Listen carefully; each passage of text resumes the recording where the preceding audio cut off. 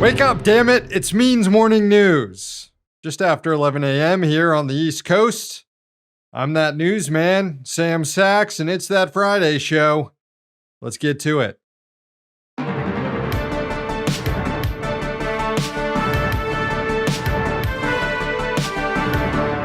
They're doing it again. Israeli officials are admitting that they plan to ethnically cleanse Gaza. And the disclosures are coming from the very, very top. Here was Prime Minister Benjamin Netanyahu during a press conference on Thursday.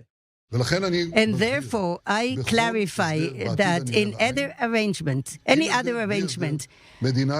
the future, the State of Israel have to control on the entire area from the river to the sea. Yep, he just said that. Israel has to control the entire area, quote, from the river to the sea. Now, there's been a months-long outrage cycle over college students in the U.S. using the phrase, from the river to the sea, Palestine will be free. Bad faith arguments in support of the Zionist project have deemed such chants as anti-Semitic and even genocidal. So what's the reaction now that Netanyahu is using from the river to the sea? You know, it's actually far worse for Netanyahu, the head of a state with nuclear weapons, to say it. And unlike college students who use the slogan as a call for people who are currently living under military occupation and subjugation to be free, Netanyahu is clearly using it as a call for more subjugation and ethnic cleansing. Israel will control from the river to the sea. Netanyahu also said in his remarks that he informed the United States that there will be no Palestinian state in any post-war scenario, basically making a mockery of Washington's stated position on how to resolve the conflict, not just over the last few months, but for decades. Alongside Netanyahu, Israel's National Security Minister Itamar Ben-Gvir went on TV this week and said that the IDF will never leave Gaza, that it will be a permanent occupation, and that a plan will be put in place to force Palestinians to leave their homes for good. מה אתה מציע שנשנה? אני מציע קודם כל שאנחנו לא נצא ממרכזי הערים בעזה. דבר ראשון. דבר שני, אני מציע, ואני אומר את זה בצורה הכי מפורשת. להישאר שם. עם הצבא. לכבוש את עזה, כן, להישאר שם. ולהיות אחראים לתושבי עזה. לא, מה שיכול וצריך לקדם זה תוכנית הגירה, עידוד מרצון כמובן, שיאפשר להם ללכת... אתה מאוד שצה"ל יהיה בתוך עזה, ומרצון... נגרש אותם. וזה מעשי? אודי, בוודאי. אם אנחנו נכריע אותם, בוודאי שזה מעשי. Notice that even the Israeli TV host was shocked by the comments and asked if that was even practical. Meanwhile, to dispel any doubt about what it's doing in Gaza, the Israeli military posted a video online of it demolishing a university. This is Isra University in Gaza, the site of a museum, a hospital, and centers for learning. And the IDF rigged the building with hundreds of mines, then blew it up for no reason. That's not a military objective. That's an attempt to completely erase Palestinian culture. It's an act of ethnic cleansing captured on video by the perpetrators and then posted online for the entire world to see. Associated Press reporter Matt Lee asked the State Department about this incident and if Washington condemns it. Spokesperson Matthew Miller instead hid behind a wall of ignorance. I mean, it looks like a controlled demolition. It looks like what we do here in this country when we're taking down an old hotel or a stadium. And you have nothing to say? You have nothing to say about this? I mean, to do that kind of an explosion, you need to be in there. You have to put the explosives down, and it takes a lot of planning and preparation to do. And if there was a threat from this particular facility, they wouldn't have been able to do it. So I have seen the video. I can tell you that it is something we are raising with the government of Israel, as we often do when we see raising as when, what? When we see to ask questions and find out what the underlying situation is, as we often do when we see reports of this nature. But I'm not able to characterize the actual facts on the ground before hearing that response. Yeah, but you saw the video. I did see the video. I don't know what was. It looks like a bridge being imploded. I don't know what was under that building. I don't know what what was inside. Well, yeah, inside. But it doesn't matter building. what was under the building because they obviously got in there to put the explosives down to do it in the way that they did. Again, I'm glad you have factual certainty about it. I just don't. Look, there's always a chance that a terrorist command center was underneath the university, so we can't judge. But I'll have you know that we are raising the issue with our Israeli counterparts.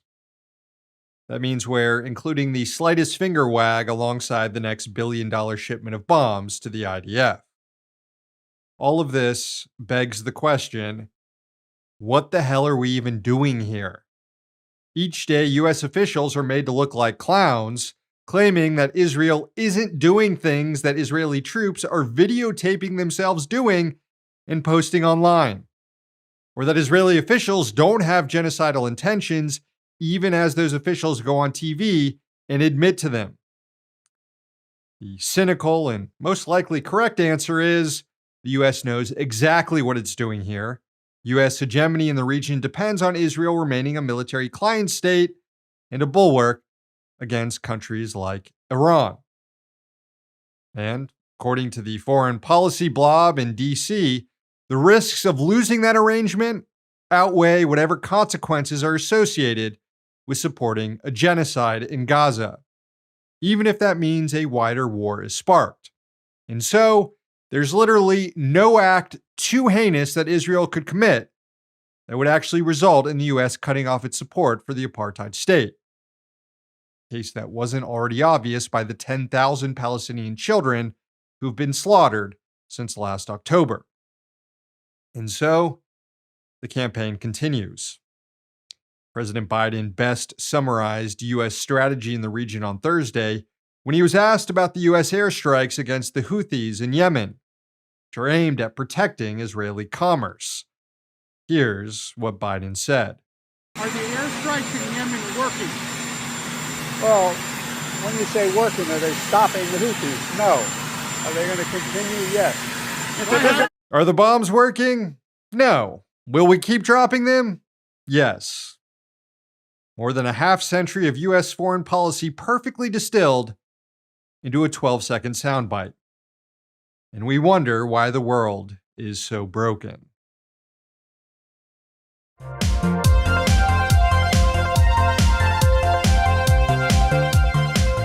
You may have seen that clip that circulated on the internet of a Cloudflare worker getting fired over video chat. Brittany Peich is the subject of the video. She's also the one who shared it, so that others can know what it's like to get laid off in such an impersonal way by a tech company. She had never even met or seen the two HR reps who actually did the termination, and it became clear that they didn't know her either, beyond the fact that they were assigned to fire her. They couldn't answer basic questions about why she was being fired. It was a tough video to watch, and it reinforced the fact that at the end of the day, your boss doesn't give a shit about you. It also reinforced the concern of many that the U.S. economy is not nearly as strong as traditional indicators may suggest, particularly after historic rate hikes by the Federal Reserve aimed at contracting the economy. There's usually a lag of about a year or two after the Fed's actions for them to fully impact the economy. And that's a problem because it makes it difficult for central bank technocrats to autocorrect if they pump the brakes too hard. Brittany Peich was actually one of thousands of tech workers who've been fired in 2024 so far, showing that tremors are emerging in the U.S. economy. Big tech companies such as Apple, Amazon, and Google have laid off 8,000 workers so far this year, and analysts believe that companies are rolling back now, that sales have slowed down since the early days of the pandemic. But analysts also cited persistently high interest rates as a cause for the downsizing.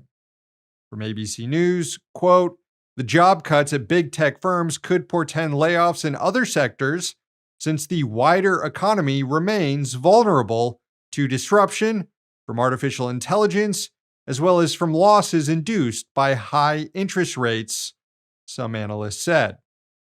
And right on cue on Thursday, Macy's, not a tech company, announced it was laying off 3.5% of its workforce and closing 5 stores. This year could get pretty bumpy for Bidenomics. Hey, we've got a real old-timey insurrection taking place in Texas. State officials have deployed the Texas Guard to take control of a park near the U.S.-Mexico border in the city of Eagle Pass. A fence was constructed, and Governor Greg Abbott announced that no federal Border Patrol agents will be allowed on the property. The area is now being patrolled by those state troops. They're the ones now interacting with asylum seekers, despite the Constitution giving that authority solely to the federal government. Governor Abbott claims that the state's actions are legal due to President Biden's, quote, open border policy, which is just totally made up. And Slate notes what the state of Texas is doing is clearly illegal. Quote, the Texas Guard's actions are in direct conflict with federal law. Moreover, Abbott has directed guardsmen to push unauthorized migrants back across the border, which further contradicts federal law. Congress has deemed these migrants applicants for admission once they reach U.S. soil and has granted them certain rights, such as the ability to seek asylum. Texas has effectively nullified multiple federal statutes by trying to turn away migrants and forbidding Border Patrol from intercepting them. Amid the standoff, last week an immigrant mother and her 2 young children drowned trying to cross the Rio Grande River near the park. Border Patrol blamed Texas officials for their deaths, claiming that agents were barred from entering the park to conduct a rescue operation. Although that story is a bit dubious given how many migrants federal agents have let drown along the border as well. Still, this all goes to show that no matter how bad Biden has been when it comes to upholding human rights on the southern border, and he's been bad, including as I speak, trying to get Congress to pass $14 billion in new security funding for the border and hiring 1,000 more agents. As bad as all that is, it could always get worse, as Texas Governor Abbott is proving. Not entirely sure how this resolves itself, but the appropriate response to a standoff between armed Texas Guard troops and armed federal Border Patrol agents is obviously let them fight. In fact, can we crowdfund more weapons to be sent down to the standoff?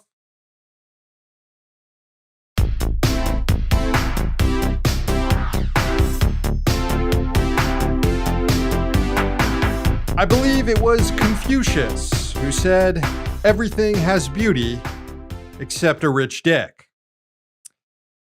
Or maybe it wasn't Confucius. I don't know. I don't remember. Whatever. The point stands. It's time for this week's Rich Dicks. First, let's get to those standing nominations every week. Arona is in there with all the fucking landlords. That nomination was seconded with the mention of a specific landlord in British Columbia who won't fix the dang heat as temperatures dip below 0 degrees. What the hell? They're going to get someone killed. And we've got Nora with her regular nomination for Genocide in Biden, aka Genocide Joe, aka Butcher Biden. We also got one here for Elon Musk, who was busted for violating his workers' rights. So now he's going to war with the NLRB, trying to get the labor agency dissolved. Good luck with that, asshole. And finally, here's a nomination for billionaire hedge fund guy Joseph Edelman, who is reportedly bankrolling anti-trans hate across the U.S. Once again, a billionaire who could be doing anything else with their riches, but instead chooses to do evil. Pathetic. As always, strong nominations this week and every week. But ultimately, this week's Rich Dicks are killer cops from the Tacoma Police Department. Thanks to W on Twitter for the nomination. Specifically, we're talking about officers Timothy Rankin, Christopher Burbank, and Matthew Collins. This week, the city of Tacoma, Washington, released the details of a voluntary separation agreement with the 3 officers who were involved in the beating death of a black man back in 2020. Each cop is receiving a $500,000 payout to leave the force. Yeah, it turns out being a killer cop in the United States can be pretty lucrative. 33-year-old Manuel Ellis was walking home with a box of donuts in March 2020 when police accused him of trying to open the door to a passing car. The cops then accused Ellis of becoming violent and displaying, quote, superhuman strength, a racist trope often used by police to justify excessive force. A doorbell surveillance camera disputed many of the claims made by officers about the encounter, and ABC News reported on what exactly happened. Quote, the video showed Ellis with his hands up in a surrender position as Burbank shot a taser at his chest and Collins wrapped an arm around his neck from behind. Rankin was among the many other officers who responded. Ellis was already handcuffed face down when he arrived. Rankin knelt on his upper back. Video showed Ellis addressing the officers as sir while telling them he couldn't breathe. One officer is heard responding, "Shut the F up, man." Ellis did not survive the encounter. All 3 officers involved were charged with manslaughter. One was also charged with second-degree murder, but ultimately, all were acquitted this week. And the police department concluded that the cops did not violate any rules against excessive force, thus paving the way for the huge payout to the 3 men. As the legal proceedings unfolded, the police officers also received more than $1.5 million in pay. That's in addition to the $500,000 each is receiving to now leave the force. The offending officers are securing their bag, even as the Department of Justice announced this month that it's launching its own investigation into the killing to determine if police violated Ellis's civil rights. An attorney for the Ellis family said in a statement that the cops were essentially being rewarded for the killing and that, quote, the worst Tacoma Police Department officers are also the highest paid Tacoma Police Department officers. They might not be capitalists, they might not own the means of production. The police exist to protect those who do, and not the rest of us, as proven once again in this case. So, Tacoma's killer cops, Timothy Rankin, Christopher Burbank, and Matthew Collins, were all probably rushing out to buy new sports cars with their blood money. You are this week's Rich Dicks.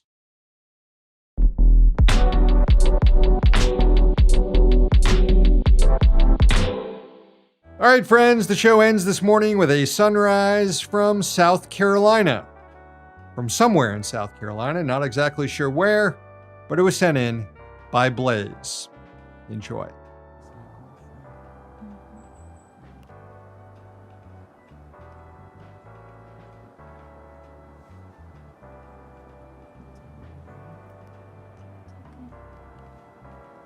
Thank you, Blaze. That's the show. Thanks for watching, and thanks to the team behind the scenes. Please sign up for Means TV, subscribe to our YouTube channel, and follow us on social media. One day, capitalism will fall. I promise it will. And until then, we'll be right here. See you next week.